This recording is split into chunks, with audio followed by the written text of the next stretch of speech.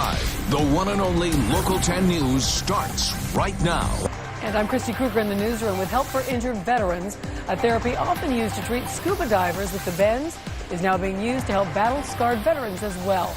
I'll show you how in our HealthCast. We have seen the many uses of hyperbaric oxygen therapy, from treating serious infections to radiation tissue damage. In today's HealthCast, Local 10 medical specialist Christy Kruger looks at how it is now also helping war veterans. George is among 1.6 million veterans living here in the state of Florida. Like so many, he suffered the after effects of combat, including complications from several blast concussions. We had a guy probably like 15, 20 feet from me just boom, blow up, and all I saw was fire and black smoke all around me. I couldn't hear anything when I woke up. More than just his hearing, the blast led to chronic mental health problems. I thought I just had PTSD, and the Army heavily medicated me, and then the VA continued, benzodiazepines, psychotropics, and those did nothing but make me worse. At the point of contemplating suicide, he found salvation through hyperbaric oxygen therapy. We know now that blast exposure creates a signature injury in the brain different than any other type of concussion. Physical therapist Raymond Cralle says 20 hyperbaric treatments can lead to an 8-fold increase in the production of healing stem cells. Why do you have a lung and heart and nose? Well, it's because you need oxygen.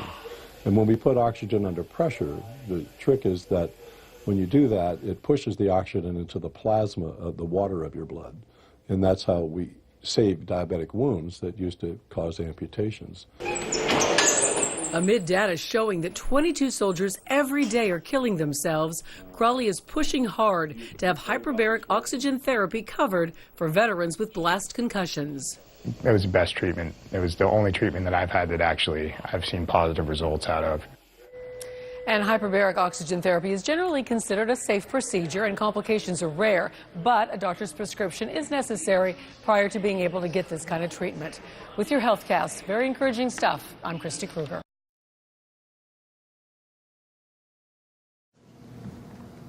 Well, good afternoon. My name's Pat Maney. I'm just another broken soldier.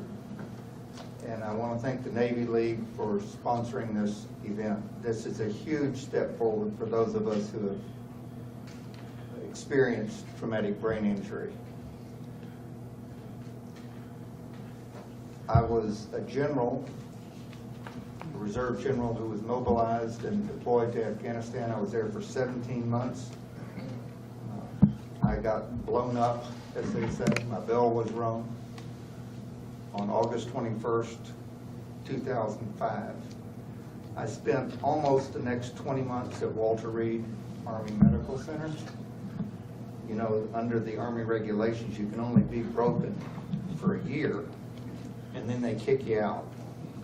So I had been there about a year when a friend of mine suggested I try hyperbaric oxygen. Now, when I tell you I'm broken, let me take just a moment to kind of describe that. I was awake, I could walk, I could talk with some hesitation, but I basically looked okay. The problem, of course, is the brain is inside the head and not outside. Or maybe that's a good thing, but that's the way we're built. And my wife literally led me around everywhere I went. I couldn't remember how to go places, what I was supposed to do when I got there. I couldn't carry on conversations. There were these long, pregnant pauses while I tried to find words. One time she took me, always leading me, to the commissary. And you know how you get to the end of the aisle and turn and go down another aisle? She turned and I didn't see her turn, and I was lost. I literally stood there because I couldn't figure out how to solve that problem and go somewhere else.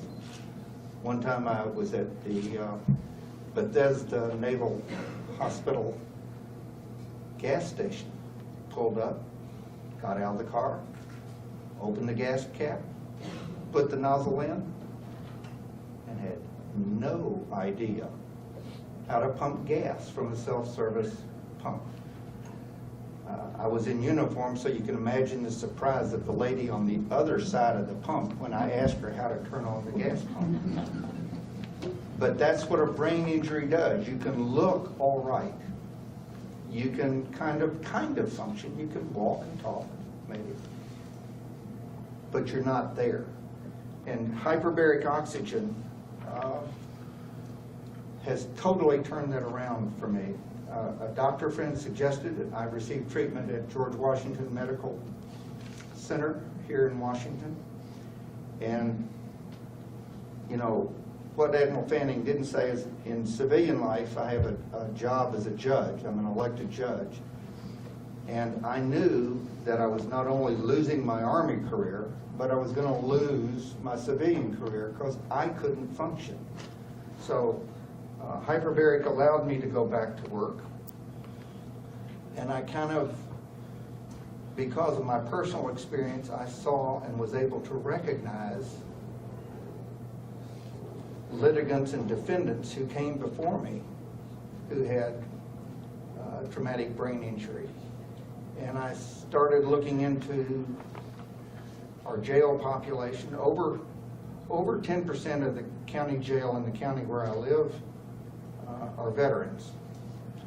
And I noticed that many of those had traumatic brain injury from, not just from this war. We had one that had been shot in the head in Panama. And of course, at the time of the Noriega, the time we removed Noriega in Panama in 1989, there wasn't a diagnosis for traumatic brain injury. I say that only because we've got many, many, many people in our society with traumatic brain injury. Many soldiers, even from this war, who are not diagnosed. And it just seems to me very important for all of us to try to join this coalition for hyperbaric oxygen. When I had hyperbaric, it's cumulative, you know. You don't notice any difference after any one treatment. Yeah, you get up and you leave. But the cumulative effect is amazing. After about 8 dives, 8 treatments, my wife thought she noticed I was getting better, but she didn't say anything because she wanted me to get better and she was afraid she was seeing something because she wanted it, not because it was real.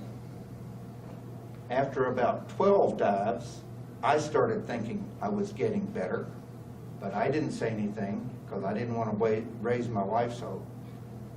After about 20 dives, people who knew me before the injury and people who knew me after the injury started saying, "You look better. You're more engaged. You're talking in sentences and paragraphs." And that was a major difference. I mean, I've always been a reader. I couldn't read a paragraph and know what the first sentence was by the time I got to the last sentence.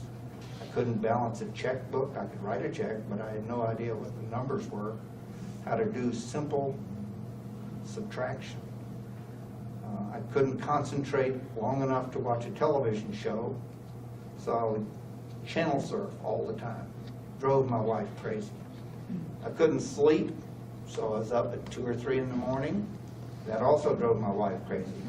So I guess part of that story is hyperbaric oxygen made my wife's life much better. And I think it's important, and I think some of the people here on this panel will tell you that a lot of these situations have 2 sides. The patient's side with its frustrations and the caregiver's side with its frustrations. And when hyperbaric oxygen does its magic, the frustrations go back to normal and diminish. So thank you for coming, and thanks to the Navy League for having this, and I hope everybody will consider learning more about hyperbaric and joining this really crusade, this critical crusade to take care of America's wounded warriors. If it can help, if it may help, I'm in. There is a process and a treatment to help our soldiers and our Marines and our Navy. When they have PTSD, when they have TBI, and it's called hyperbaric oxygen treatment. Approach me with this idea or that in terms of how to treat TBI or PTSD. But I will tell you, I have seen none out there that I'm more encouraged by than what I would call at this point the ad hoc results of hyperbaric treatment. Forward, those Marines suffering that we thought might be suicidal, to get them into a treatment regimen, because it can't hurt, it can only help. And so even in those cases, we're encouraged by some of the things that we're seeing. So we think that we're onto something here. There's no natural healing that continues past the 5-year mark. They say they'll see some natural healing, you've heard it called neuroplasticity, and it will occur for the first few years naturally after a traumatic brain injury. But they'll tell you that after 2 or 3 years, but definitely after 5 years, there is no expectation of further healing. They do not see it. So when I retired from the Army, more than 5 years after my injury, I was told that there was no expectation that my brain would ever improve, that my symptoms would ever get better, and that my goal was to accept this new normal of who I was. 1 year ago, I lived with chronic disabling pain from post-concussive headaches, frustrating and limiting cognitive impairments, emotional instability, and an emotional numbness that left feelings like love and happiness as hazy memories of a distant past. And after years of drugs, treatments, and therapies, I had no more hope. Today I have reason to hope and dream.